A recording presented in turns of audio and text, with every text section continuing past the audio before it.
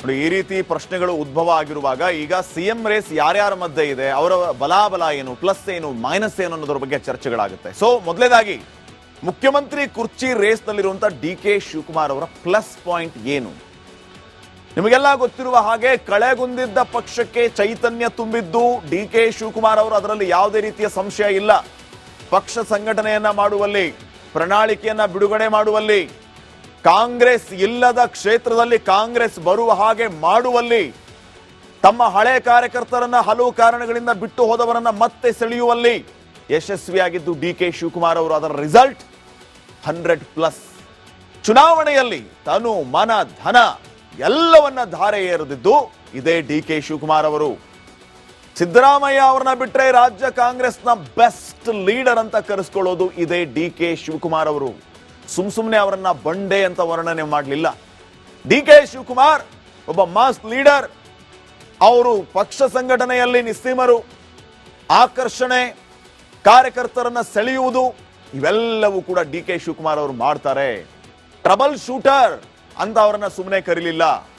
ಹಿಂಗಾಗಿ ಡಿ.ಕೆ. ಶಿವಕುಮಾರ್ ಸಿದ್ದರಾಮಯ್ಯ ಅವರನ್ನ ಬಿಟ್ರೆ ಅತ್ಯಂತ ಚಾರ್ಮ್ ಇರುವಂತಹ ಬೆಸ್ಟ್ ಲೀಡರ್ ಇನ್ ಕಾಂಗ್ರೆಸ್ ಅನ್ನೋದ್ರಲ್ಲಿ ಯಾವುದೇ ರೀತಿಯ ಸಂಶಯ ಇಲ್ಲ. ಹಿಂಗಾಗಿ ಅವರ ವರ್ಚಸ್ಸಿನಿಂದ, ಅವರ ಪಕ್ಷ ಸಂಘಟನೆಯ ರಣತಂತ್ರದಿಂದ ಕಾಂಗ್ರೆಸ್ ಅಧಿಕಾರದ ಗದ್ದುಗೆಯನ್ನ ಏರ್ತು. ಅದು ಅವರು ಕೆಪಿಸಿಸಿ ಅಧ್ಯಕ್ಷರಾಗಿದ್ದಾಗ ಅನ್ನುವಂಥದ್ದು ವಿಶೇಷ. ಹೀಗೆ ಇರುವಂತಹ ಡಿ.ಕೆ. ಶಿವಕುಮಾರ್ ಅವರಿಗೆ ಕೆಲವು ದೌರ್ಬಲ್ಯ. ಏನು ಆ ದೌರ್ಬಲ್ಯ? ಇದ್ರ ಬಗ್ಗೆಯೂ ಕೂಡ ಚರ್ಚೆ ಆಗ್ತಾ ಇರುತ್ತೆ. ಪಕ್ಷದ ವಲಯದಲ್ಲಿ, ಬಿಜೆಪಿ ವಲಯದಲ್ಲಿ, ಜನರಲ್ಲಿ ಈ ರೀತಿಯ ಚರ್ಚೆಗಳಾಗ್ತಾ ಇರುತ್ತೆ. ಡಿ.ಕೆ. ಶಿವಕುಮಾರ್ಗೆ ಶಾಸಕರ ಬೆಂಬಲ ಕಡಿಮೆ ಅನ್ನುವಂತಹ ಮಾತುಗಳು ಕೇಳಿ ಬರ್ತಾ ಇದೆ. ಡಿ.ಕೆ. ಶಿವಕುಮಾರ್ ಮೇಲೆ ಹಲವು ರೀತಿಯ ಆರೋಪಗಳಿದೆ. ಅವರು ಹಲವು ರೀತಿಯ ಆರೋಪಗಳನ್ನ ಎದುರಿಸ್ತಾ ಇದ್ದಾರೆ. ಇದು ಅವರಿಗೆ ಮೈನಸ್ ಆಗುತ್ತೆ ಅನ್ನುವಂತಹ ಮಾತುಗಳು. ಇನ್ನ ಡಿ.ಕೆ. ಶಿವಕುಮಾರ್ ಸಿಎಂ ಆಗೋದಕ್ಕೆ ಸ್ವಪಕ್ಷೀಯರಲ್ಲೇ ವಿರೋಧ ಇದೆ. ಬಿಜೆಪಿಯನ್ನ ಬಿಟ್ಟುಬಿಡಿ, ಕಾಂಗ್ರೆಸ್ ಪಾರ್ಟಿಯಲ್ಲಿ ಇರೋರೇ ಡಿ.ಕೆ. ಶಿವಕುಮಾರ್ ಸಿಎಂ ಆಗಬಾರದು ಅಂತ ಬಯಸ್ತಾ ಇದ್ದಾರಂತೆ. ಡಿ.ಕೆ. ಶಿವಕುಮಾರ್ ಅವರು ಮುಖ್ಯಮಂತ್ರಿ ಆಗೋದಕ್ಕೆ ಸ್ವಪಕ್ಷೀಯರೇ ವಿರೋಧವನ್ನ ವ್ಯಕ್ತಪಡಿಸ್ತಾ ಇದ್ದಾರಂತೆ. ಹಿಂಗಾಗಿ ಡಿ.ಕೆ. ಶಿವಕುಮಾರ್ ಅವರಿಗೆ ಮುಖ್ಯಮಂತ್ರಿ ಹಾದಿ ಅಷ್ಟೊಂದು ಈಸಿ ಅಲ್ಲ ಅನ್ನುವಂಥ ಮಾತುಗಳು ಕೇಳಿ ಬರ್ತಾ ಇದೆ. ಇಷ್ಟೆಲ್ಲ ನೋಡಿದಂತ ಡಿ.ಕೆ. ಶಿವಕುಮಾರ್ ಅವರಿಗೆ ಈ ಮುಳ್ಳಿನ ಹಾದಿಯನ್ನ ಹೂವಿನ ಹಾದಿಯಾಗಿ ಮಾಡ್ಕೊಳ್ಳೋದಕ್ಕೆ ಬರೋದಿಲ್ವಾ? ಅದು ಕೂಡ ಈಸಿ ಆಗ್ಬೋದು, ಯಾರಿಗೂ ಗೊತ್ತು. ನೋಡೋಣ ಮುಂದೆ ಏನಾಗುತ್ತೆ ಅಂತ. ಇನ್ನ ಸತೀಶ್ ಜಾರಕಿಹೊಳಿ ಅವರ ವಿಚಾರಕ್ಕೆ ಬರೋಣ. ಸತೀಶ್ ಜಾರಕಿಹೊಳಿ ಸಿಎಂ ರೇಸ್ನಲ್ಲಿ ಇರುವಂತಹ, ಈಗ ಸದ್ಯಕ್ಕೆ ಪ್ರಚಲಿತದಲ್ಲಿ ಮತ್ತು ಮುಂಚೂಣಿಯಲ್ಲಿರುವಂತಹ ಇನ್ನೊಬ್ಬ ನಾಯಕ. ಈ ಸತೀಶ್ ಜಾರಕಿಹೊಳಿ ಅವರ ಬಲ ಏನು? ಉತ್ತರ ಕರ್ನಾಟಕ ಭಾಗದ ಪ್ರಬಲ ನಾಯಕ ಈ ಸತೀಶ್ ಜಾರಕಿಹೊಳಿ. ಸಿದ್ದರಾಮಯ್ಯ ಬಳಿಕ ಅಹಿಂದ ನಾಯಕನಾಗುವಂತಹ ತಾಕತ್ತು ಸತೀಶ್ ಜಾರಕಿಹೊಳಿ ಅವರಿಗೆ ಇದೆ. ಇದೇ ವಿಚಾರ ಈಗ ಪ್ರಚಲಿತದಲ್ಲಿರೋದು, ಇದೇ ವಿಚಾರ ಚರ್ಚೆ ಆಗ್ತಾ ಇರೋದು. ಅಹಿಂದ, ಸಿದ್ದರಾಮಯ್ಯ ಅವರನ್ನ ಬಿಟ್ರೆ ಅಹಿಂದ ನಾಯಕ ಯಾರು? ಈ ಅಹಿಂದವನ್ನ ಮುನ್ನಡೆಸಿಕೊಂಡು ಹೋಗುವಂತವ್ರು ಯಾರು? ಅದು one and only Satish Jarkiholi. ಹಿಂಗಾಗಿ ಅವರ ಹೆಸರು ಮುಂಚೂಣಿಯಲ್ಲಿ ಬರ್ತಾ ಇದೆ. ಯತೀಂದ್ರ ಹೇಳಿದ್ದು ಅದನ್ನೇ. ಇವತ್ತು ಸತೀಶ್ ಜಾರಕಿಹೊಳಿ ನಮ್ಮ ರಿಪಬ್ಲಿಕ್ ಕನ್ನಡ ಜೊತೆಗೆ ಮಾತಾಡುವಾಗಲೂ ಕೂಡ ಹೇಳಿದ್ದದನ್ನೇ. ಅಹಿಂದಕ್ಕೆ ನಾಯಕತ್ವ ಬೇಕು, ಒಬ್ಬ ನಾಯಕ ಬೇಕು, ಅದನ್ನ ಮುಂದುವರಿಸಿಕೊಂಡು ಹೋಗ್ಬೇಕು. ಯತೀಂದ್ರ ಹೇಳಿದ್ದು ಕರೆಕ್ಟ್ ಆಗಿದೆ ಅಂತ ಸತೀಶ್ ಜಾರಕಿಹೊಳಿ ಅವರು ಹೇಳಿದರು. ಸೊ ಸಿದ್ದರಾಮಯ್ಯ ಬಳಿಕ ಅಹಿಂದ ನಾಯಕನಾಗುವ ತಾಕತ್ತು ಸತೀಶ್ ಜಾರಕಿಹೊಳಿ ಅವರಿಗಿದೆ. ಸಿದ್ದರಾಮಯ್ಯ ಬಣದ ಶಾಸಕರ ಬೆಂಬಲ ಕೂಡ ಸತೀಶ್ ಜಾರಕಿಹೊಳಿ ಅವರಿಗೆ ಇದೆ. ಒಂದು ಪಕ್ಷ ಆ ರೀತಿಯ ಪರಿಸ್ಥಿತಿ ಬಂದ್ರೆ ಸಿದ್ದರಾಮಯ್ಯ ಬಣದ ಎಲ್ಲರೂ ಕೂಡ ಸತೀಶ್ ಜಾರಕಿಹೊಳಿ ಅವರಿಗೆ ಜೈ ಅಂತಾರೆ ಅನ್ನುವಂತ ಮಾತುಗಳು ಕೂಡ ಇದೆ. ಇನ್ನು ಇವರ ದೌರ್ಬಲ್ಯ ಏನು? ಸತೀಶ್ ಜಾರಕಿಹೊಳಿ ಅವರ ದೌರ್ಬಲ್ಯಗಳೇನು? ಇದನ್ನ ನೋಡ್ತಾ ಹೋಗೋಣ. ರಾಜಕಾರಣಕ್ಕೆ ಮಾತಿನ ಕಲೆ ಬೇಕೇ ಬೇಕು. ಮಾತಲ್ಲೇ ಗೆದ್ದಂಥವ್ರು 1000 ಜನ. ತಮ್ಮ ಮಾತುಗಳ ಮೂಲಕ ಜನರಿಗೆ ಹತ್ತಿರ ಆಗಿ ಅಧಿಕಾರದ ಗದ್ದುಗೆ ಏರಿದಂಥವ್ರು ಹಲವು ಜನ. ನಿನ್ನ ಹತ್ರ ದುಡ್ಡಿದೆಯೋ ಇಲ್ಲೋ, ಮಾತಿದ್ರೆ ಮಾತ್ರ ಏನ್ ಬೇಕಾದ್ದು ಮಾಡಬಹುದು. ಉತ್ತರ ಕರ್ನಾಟಕ ಭಾಗದಲ್ಲಿ ಇದನ್ನು ಹೇಳ್ತಾರೆ, ನಿನ್ನ ಹತ್ರ ಬೆಲ್ಲ ಇರಲಿಲ್ಲ ಅಂದ್ರೆ ಬೆಲ್ಲದಂತ 2 ಮಾತಿರ್ಬೇಕಂತ. ಆ ರೀತಿ ರಾಜಕಾರಣಕ್ಕೆ ಮಾತಿನ ಕಲೆ ಬೇಕು. ಸತೀಶ್ ಜಾರಕಿಹೊಳಿ ಅವರು ಉತ್ತಮ ವಾಗ್ಮಿ ಅಲ್ಲ, ಜಾಸ್ತಿ ಮಾತಾಡೋದೇ ಇಲ್ಲ ಸತೀಶ್ ಜಾರಕಿಹೊಳಿ ಅವರು. ಬಹುಶಃ ಅವ್ರು ಅನ್ಕೊಂಡಿರ್ಬೇಕು ಮಾತಾಡೋದಕ್ಕಿಂತ ನಾನು ಕೆಲಸ ಮಾಡಿ ತೋರಿಸ್ತೀನಿ ಅಂತ. ನಾವು ಪ್ರಶ್ನೆ ಕೇಳಿದಾಗಲ್ಲ ಹೌದ್ರಿ ಇಲ್ರಿ ಇಷ್ಟೇ ಉತ್ತರ ಅವ್ರದ್ದು. ಜಾಸ್ತಿ ಮಾತಾಡೋದೇ ಇಲ್ಲ ಅವರು. ತೀರಾ ಒತ್ತಾಯ ಮಾಡಿದಾಗ 1-2 ಆಚೆ ಈಚೆ ಮಾತುಗಳನ್ನು ಸೇರಿಸ್ತಾರೆ.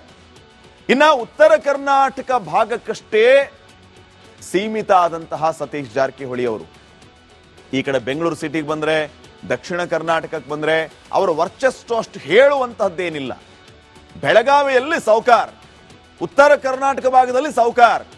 ಆದ್ರೆ ಬೆಂಗಳೂರಿನಲ್ಲಿ ಈ ಕಡೆ ಕೊಡಗು, ಮೈಸೂರು, ಹಾಸನ, ಮಂಡ್ಯ, ಚಿಕ್ಕಮಗಳೂರು ಈ ಕಡೆ ಸತೀಶ್ ಜಾರಕಿಹೊಳಿ ಅವರ ವರ್ಚಸ್ ಇದೆಯಾ? ಇದು ಕೂಡ ನಾವು ಪ್ರಶ್ನೆ ಮಾಡೋಕಲ್ವಾ? ಈ ರೀತಿಯ ಚರ್ಚೆಗಳು ಕೂಡ ಆಗುತ್ತೆ. ಜಾರಕಿಹೊಳಿ ಕುಟುಂಬ ನಾನಾ ಪಕ್ಷಗಳಲ್ಲಿದೆ. ಅವರ ಎಲ್ಲ ಅಣ್ಣ ತಮ್ಮಂದ್ರು ಒಂದೊಂದು ಪಾರ್ಟಿಯಲ್ಲಿದ್ದಾರೆ.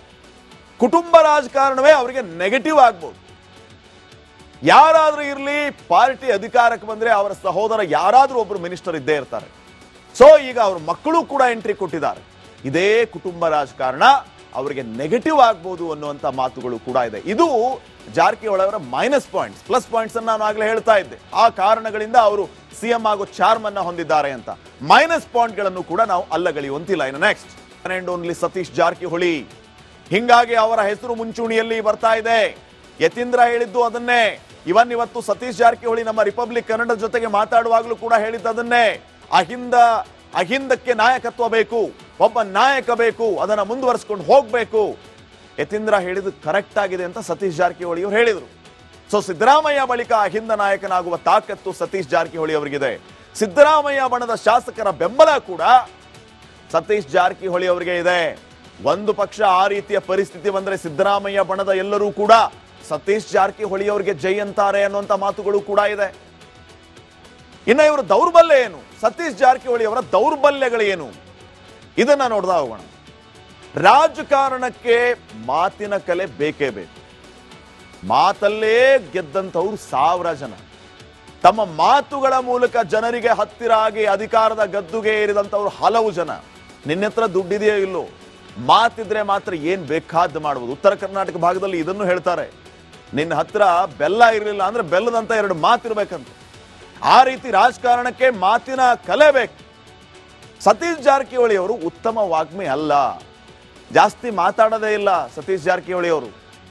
ಬಹುಶಃ ಅವ್ರು ಅನ್ಕೊಂಡಿರ್ಬೇಕು ಮಾತಾಡೋದಕ್ಕಿಂತ ನಾನು ಕೆಲಸ ಮಾಡಿ ತೋರಿಸ್ತೀನಿ ಅಂತ. ನಾವು ಪ್ರಶ್ನೆ ಕೇಳಿದಾಗಲ್ಲ ಹೌದ್ರಿ ಇಲ್ರಿ ಇಷ್ಟೇ ಉತ್ತರ ಅವ್ರದ್ದು. ಜಾಸ್ತಿ ಮಾತಾಡೋದೇ ಇಲ್ಲ ಅವರು. ತೀರಾ ಒತ್ತಾಯ ಮಾಡಿದಾಗ 1-2 ಆಚೆ ಈಚೆ ಮಾತುಗಳನ್ನು ಸೇರಿಸ್ತಾರೆ. ಇನ್ನ ಉತ್ತರ ಕರ್ನಾಟಕ ಭಾಗಕ್ಕಷ್ಟೇ ಸೀಮಿತ ಆದಂತಹ ಸತೀಶ್ ಜಾರಕಿಹೊಳಿ ಅವರು ಈ ಕಡೆ ಬೆಂಗಳೂರು ಸಿಟಿಗೆ ಬಂದ್ರೆ, ದಕ್ಷಿಣ ಕರ್ನಾಟಕಕ್ಕೆ ಬಂದ್ರೆ ಅವರ ವರ್ಚಸ್ಸು ಅಷ್ಟು ಹೇಳುವಂತಹದ್ದೇನಿಲ್ಲ. ಬೆಳಗಾವಿಯಲ್ಲಿ ಸೌಕಾರ್, ಉತ್ತರ ಕರ್ನಾಟಕ ಭಾಗದಲ್ಲಿ ಸೌಕಾರ್. ಆದ್ರೆ ಬೆಂಗಳೂರಿನಲ್ಲಿ ಈ ಕಡೆ ಕೊಡಗು, ಮೈಸೂರು, ಹಾಸನ, ಮಂಡ್ಯ, ಚಿಕ್ಕಮಗಳೂರು ಈ ಕಡೆ ಸತೀಶ್ ಜಾರಕಿಹೊಳಿ ಅವರ ವರ್ಚಸ್ ಇದೆಯಾ? ಇದು ಕೂಡ ನಾವು ಪ್ರಶ್ನೆ ಮಾಡೋಕಲ್ವಾ? ಈ ರೀತಿಯ ಚರ್ಚೆಗಳು ಕೂಡ ಆಗುತ್ತೆ. ಜಾರಕಿಹೊಳಿ ಕುಟುಂಬ ನಾನಾ ಪಕ್ಷಗಳಲ್ಲಿದೆ. ಅವರ ಎಲ್ಲ ಅಣ್ಣ ತಮ್ಮಂದ್ರು ಒಂದೊಂದು ಪಾರ್ಟಿಯಲ್ಲಿದ್ದಾರೆ. ಕುಟುಂಬ ರಾಜಕಾರಣವೇ ಅವರಿಗೆ ನೆಗೆಟಿವ್ ಆಗ್ಬೋದು. ಯಾರಾದ್ರೂ ಇರಲಿ, ಪಾರ್ಟಿ ಅಧಿಕಾರಕ್ಕೆ ಬಂದ್ರೆ ಅವರ ಸಹೋದರ ಯಾರಾದ್ರೂ ಒಬ್ರು ಮಿನಿಸ್ಟರ್ ಇದ್ದೇ ಇರ್ತಾರೆ. ಸೊ ಈಗ ಅವ್ರ ಮಕ್ಕಳು ಕೂಡ ಎಂಟ್ರಿ ಕೊಟ್ಟಿದ್ದಾರೆ.